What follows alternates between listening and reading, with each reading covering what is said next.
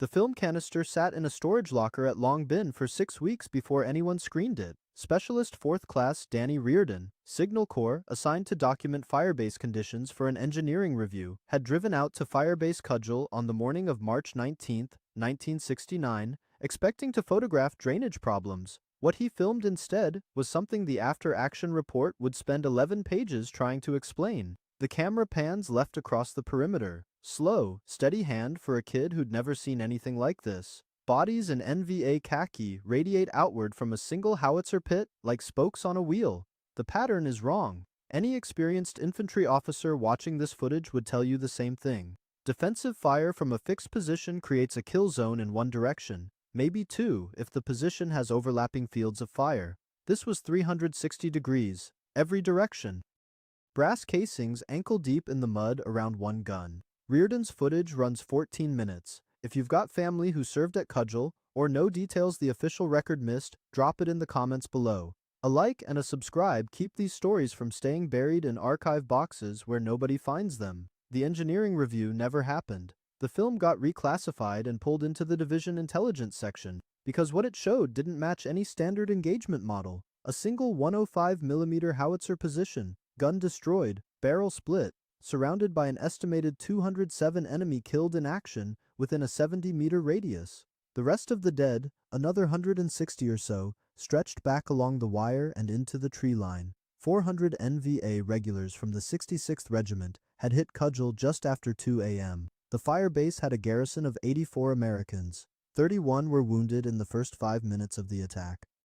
The math doesn't work in anyone's favor. Division staff couldn't reconcile the body count with the available defensive firepower. Cudgel had 4 105s, 2 M60 positions on the North Berm, and a handful of men with M16s who'd been asleep 60 seconds before the first RPG hit. 3 of the 4 howitzers were knocked out by satchel charges before they could fire a single round. The northern M60 positions were overrun almost immediately. By 2:15 a.m., Firebase Cudgel was functionally dead as a defensive position. And then something happened that the report describes, their word, as inconsistent with the tactical situation. One gun kept firing. Not a howitzer. Not from any established fighting position. An M60 machine gun, moving.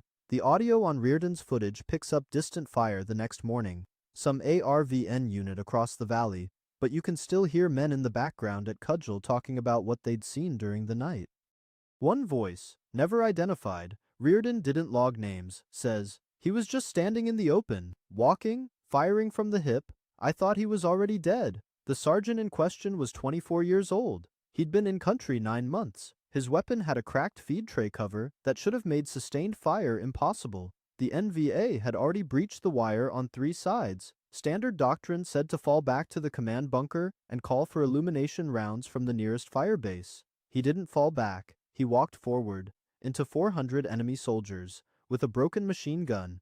The after-action report runs to 47 pages. Most of it is routine, but page 31 contains a sentence that stops you cold. Who puts artillerymen where infantry should be? The answer in early 1969 was Colonel Marcus Gruber, commanding officer of the 9th Infantry Division's forward operating area west of Kailai. Gruber had a problem no amount of infantry could solve. The NVA's 66th Regiment was moving supplies through canal networks in the upper Mekong Delta, and American patrols couldn't interdict them because the canals ran through triple canopy mangrove that swallowed foot patrols whole. Ambush country. 2 platoons from Bravo Company had already been chewed up trying to set blocking positions along the primary canal route in February. Gruber needed range, not riflemen. Battery C, 2nd Battalion, 4th Artillery had 4 M102 howitzers that could reach 14,000 meters. From a position inside the established Firebase network east of Kailai, those guns could cover about 60% of the canal routes. From a forward position 6 kilometers west, a low dirt mound the maps designated Hill 19, though calling it a hill was generous, they could cover 94%. Gruber chose 94%. The operations order is dated March 3, 1969, 16 days before Reardon showed up with his camera. The men of Battery C didn't want to go. That's not in any official document, but specialist Mike Corrado said it plainly in a 1987 interview with a Rutgers oral history project. "We knew it was bad. Everybody knew. The gunners, the chief of smoke, everybody. You could feel it. Artillery crews aren't trained to hold perimeters. They're trained to fire missions called in by forward observers kilometers away. The closest they're supposed to get to the enemy is the sound of their own guns. Hill 19 put them 1,200 meters from confirmed NVA staging areas. Gruber's operations order allocated 1 infantry platoon for perimeter security, 26 men. The rest of the 84-man garrison were artillerymen, communications specialists, a medic, and a small engineer detachment still trying to finish the wire. The Firebase was roughly oval, 140 meters on its long axis. For comparison, a standard infantry firebase supporting a similar number of guns would have had a company plus of infantry, 130 men minimum, with overlapping fields of fire, completed wire, claymore mines registered to preset aiming stakes, and at least 2 weeks of defensive improvement before anyone fired a round. Battery C got 6 days. The wire wasn't finished. Half the claymores were still in their shipping cases. You can read Gruber's reasoning in the operations order. He'd calculated that NVA battalion strength attacks in the division's area had dropped 40% since November 1968. The Tet offensive had cost the 66th Regiment heavily. Intelligence estimates, which turned out to be catastrophically wrong, assessed the regiment at 50% strength, combat ineffective, focused on resupply rather than offensive operations. Gruber believed the risk was manageable. The phrase he used was acceptable tactical exposure. The British had tried something similar in Malaya in the early 1950s, pushing artillery forward into communist-controlled jungle to support deep patrols. It worked there because the communist forces in Malaya rarely concentrated above company strength and avoided direct assaults on fortified positions. The NVA operated under no such constraints. A regiment at even 50% strength meant 400 fighters, and the intelligence estimate was wrong anyway. The 66th was closer to 75%. Staff Sergeant Raymond Dill, the sergeant from page 31 of that report, arrived at Firebase Cudgel on March 15th, 4 days before the attack. He was a replacement, transferred in from an infantry company that had rotated home. 9 months in country, most of it running patrols in the Rungsat Special Zone, which was its own kind of hell. He'd requested a rear area assignment. Instead he got Cudgel, because someone at division personnel read M60 qualified on his file and matched it to an open slot on the perimeter. Dill walked the wire his first afternoon and didn't like what he saw. Gaps. No interlocking fields of fire between the M60 positions. The northern berm was too low. A man could step over it. He filed a report with the battery commander, Captain Lewis Oren, requesting additional wire and a work detail to raise the berm. Oren forwarded the request. Division acknowledged receipt on March 17th. The wire arrived on March 20th, 1 day late. It was sitting in a supply truck inside the perimeter when the first RPG hit at 2:03 a.m. on the 19th. The generator on the south side of Cudgel ran on diesel and sounded like a lawnmower with emphysema. It coughed every 9 seconds. Specialist Corrado mentioned this in his Rutgers interview, said he counted the coughs because there was nothing else to do after the guns went quiet for the night. March 18, 1969. The last evening anyone at Firebase Cudgel would describe as normal. Dill spent most of that afternoon doing what infantry NCOs do when they inherit a position they don't trust. He repositioned his M60. The original emplacement faced north-northwest, sighted to cover a trail junction 200 meters out, good field of fire in one direction, useless if anything came from the east. Dill shifted the gun 40 degrees right and built up a secondary firing position with sandbags he'd scrounged from the howitzer pits. Captain Oren noticed but didn't object. The artillerymen watched Dill work the way you watch someone install a deadbolt on a screen door, respectful of the effort, skeptical of the math.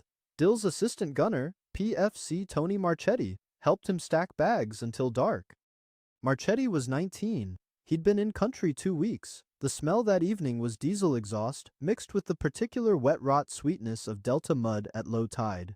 It got into your clothes, into the sandbags. Months later, men who survived Cudgel said they could still smell it. The Firebase settled into its evening routine around 6:30 p.m. Hot chow had come in by helicopter that afternoon, a rare occurrence at a position this far forward. Beef and gravy from cans, reconstituted potatoes, coffee that tasted like it had been brewed in a transmission housing. The men ate in small groups near their positions. Nobody used the mess area because there wasn't one. Battery C's executive officer, First Lieutenant Paul Kendrick made his evening radio check with division at 7 p.m. and reported the Firebase status as green across the board. Green meant no contact, no incoming, no significant activity observed. The listening post 500 meters north had reported movement at dusk. Probable animal, and Kendrick logged it without concern. The NVA 66th Regiment had 3 companies within 800 meters of the wire at that moment. They'd been in position since mid-afternoon, which meant they'd moved into their assault lines in daylight, under the canopy, while Battery C fired 2 routine harassment and interdiction missions into grid squares the NVA had vacated 2 days earlier. Senior Captain Nguyen Van Thao commanded the assault force. He'd fought at Hue during Tet and walked out of that city with 11 men from a company of 140. The 66th had rebuilt around a core of survivors like Thao, men who'd already done the hardest thing the war would ask of them, and come through it with a professional's understanding of American defensive patterns. Thao knew what a firebase looked like when it was ready. Cudgel wasn't ready. His scouts had watched the wire construction stop and start for days. They'd counted the infantry positions. They knew about the gaps on the eastern perimeter, the same gaps Dill had flagged in his report 2 days earlier. Thao's operations order called for simultaneous breach at 4 points. RPG teams would kill the howitzers first. Sapper squads through the wire on the east side, where the berm was lowest. The whole assault timed to last 15 minutes. In and out. Destroy the guns and withdraw before American air support could respond. Methodical. The 66th had done this before. At 2 a.m. on March 19th, Dill's M60 had a cracked feed tray cover held together with commo wire and friction tape. He'd reported it. Replacement parts were en route from Long Bin, same logistics chain as the wire that sat in that truck. Marchetti asked if the gun would function. Dill said it would fire, but it wouldn't feed right. Every 15 to 20 rounds, the belt would jam. You'd have to open the cover, reseat the belt, close it, charge the weapon, and hope the crack held. In a firefight, that process takes about 4 seconds. Against massed infantry at close range, 4 seconds is enough time to die twice. RPG, RPG, RPG, 3 rockets hit inside 2 seconds. The first punched through the ammunition storage point on the south side and cooked off a stack of illumination rounds that turned the sky yellow-white. The second hit gun 2 dead center. The third skipped off the top of the command bunker and detonated against the supply truck, the one carrying the wire Dill had requested 4 days earlier. Marchetti was awake. Dill had kept him on the gun since midnight. The kid saw the eastern wire vanish, not breached, not cut, but blown flat by a Bangalore torpedo that carved a gap 8 meters wide. Sappers poured through before the dust settled. Dill opened fire. The M60 jammed on the 12th round. He cleared it. 4 seconds with his fingers working the feed tray cover in the dark while figures moved through the gap 40 meters out. Charged the weapon, fired again. 11 rounds this time before the belt twisted. Marchetti fed ammunition and tried not to think about the math. Captain Oren was screaming into the radio for fire support from Firebase Dalton, 6 kilometers east. Dalton's guns needed 4 minutes to adjust. 4 minutes might as well have been 4 hours. The northern M60 positions went silent at 2:07 a.m. Both gunners killed. The infantry platoon, 26 men responsible for the entire perimeter, loss reports filed later, show 14 of them were casualties before anyone returned effective fire. Artillerymen grabbed M16s and shot at muzzle flashes. Most had never fired at a living target. One howitzer crew managed to depress Gun 4 to near zero elevation and fire a beehive round directly into the western breach. 8,000 flechettes at point-blank range. The after-action report credits that single round with 46 enemy killed. Gun 4 fired once. A satchel charge landed in the pit 9 seconds later. Dill's position was the only thing still shooting on the eastern side. Thao's assault plan had allocated 15 minutes. By 2:12 a.m., 10 minutes in, 3 of 4 howitzers were destroyed. The command bunker had taken a direct hit. Lieutenant Kendrick was dead. The firebase was, by any professional military assessment, overrun. Dill cleared his 3rd jam. Marchetti said something. Corrado, 2 positions over, heard the kid's voice but couldn't make out words over the noise. Then Dill did something no one on that perimeter expected. He picked up the M60 and walked out of his fighting position toward the wire. Dill walked forward, firing from the hip. The M60 weighs 23 pounds unloaded, with a 100-round belt dangling from the feed tray, closer to 28. Carrying it unsupported while firing is something drill sergeants tell you not to do. Because the accuracy is garbage and the barrel climbs with every burst. Dill wasn't looking for accuracy, he was looking for volume. The sappers coming through the eastern breach were bunched in the gap, 8 meters wide, bodies funneling through. And at 30 meters, you don't need a tight beaten zone. You need noise and metal moving in the right general direction. The gun jammed again. He cleared it standing up, silhouetted against the burning ammunition point behind him. The kind of thing that gets you a Medal of Honor or a body bag, separated by about an inch. Marchetti was somewhere behind him feeding Belt from a can he'd dragged out of the position. Corrado saw the whole thing from his foxhole and described it in terms that don't translate well to peacetime language. The cleaner version, he just walked into it like he was going to work. 12 seconds. That's how long Dill's walk lasted before an RPG fragment caught him in the left thigh and put him down. 12 seconds of a broken M60 firing in bursts of 8 to 15 rounds, with 4-second gaps between each jam clearance. The after-action report estimates he fired between 60 and 90 rounds total. The breach was choked with dead and wounded. The assault through the eastern wire stalled, but Thao still had 3 other breach points. On the west side, Sergeant First Class Arthur Davis had a problem with no good solution. Davis was chief of smoke for Gun 3, the only howitzer still functional. Gun 3's crew had been firing illumination rounds over the perimeter when the attack started, which meant the tube was already at high angle. NVA infantry were inside the wire 50 meters west. Davis needed the gun depressed to near zero elevation, reloaded with a beehive round, and fired into a target he could see with his own eyes. Artillerymen train for years to hit coordinates they never see. They do math. They read fire direction charts. They don't look down the barrel at human beings and pull the lanyard. Davis had the crew crank the tube down. The smell inside the pit was burnt propellant and hydraulic fluid leaking from Gun 2 next door, a chemical sweetness that stuck to the back of the throat. Specialist Hernandez, the loader, later said his hands were shaking so badly he nearly dropped the round. Davis told him something. Hernandez couldn't remember the words, just the tone. Flat. Like ordering breakfast. The beehive round contains 8,500 steel flechettes, each one about the length of a finishing nail. At 200 meters, they disperse into an expanding cone, roughly 60 meters wide. At 50 meters, the cone is maybe 15 meters across. At the range Davis fired, witnesses estimated between 30 and 40 meters, the flechettes hadn't fully separated. The round hit the western breach like a giant shotgun blast, concentrated, moving at nearly 3,000 feet per second. Thao's western assault element was gone before anyone registered the sound. Davis's crew reloaded. Gun 3 fired a second beehive 45 seconds later into the same breach, this time into men who were trying to drag casualties back through the wire. Thao's 15-minute timeline was finished. The assault had lasted 13 minutes. Firebase Dalton's artillery began landing at 2:17 a.m., high explosive and white phosphorus in a ring 200 meters outside Cudgels' perimeter. The NVA broke contact at 2:22 a.m., pulling back into the canopy with their wounded, leaving their dead in the wire. Dill was on the ground with a field dressing on his thigh when the firing stopped. Marchetti was alive. Gun 3's barrel was so hot the paint had bubbled off in sheets. Davis sat on an ammunition crate and didn't say anything for a long time. Davis couldn't swim. This is not a detail anyone knew until he was standing at the edge of the Songkai Lawn at 4:15 a.m. with 3 Americans bleeding out on the opposite bank. The river was 40 meters wide at that point, chest deep in the middle during dry season. And this wasn't dry season. Thigh deep at the edges, maybe neck deep in the channel, current running south at a walking pace. For a man who could swim, an inconvenience. For Davis, a way to die that had nothing to do with the NVA.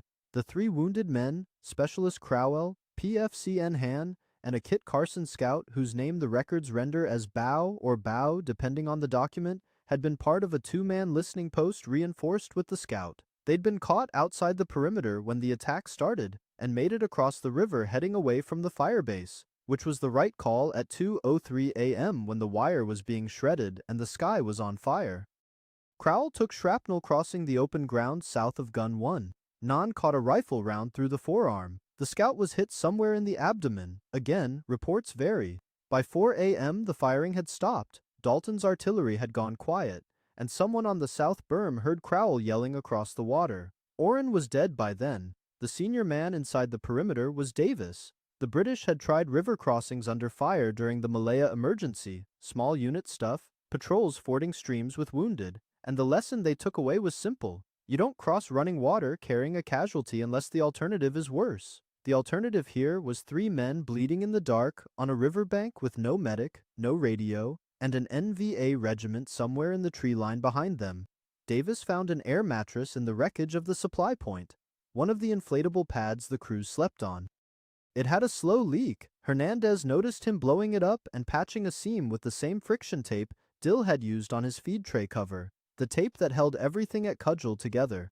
Davis stripped off his flak jacket and boots, tucked his .45 into the mattress fold, and waded in. Hernandez watched from the berm.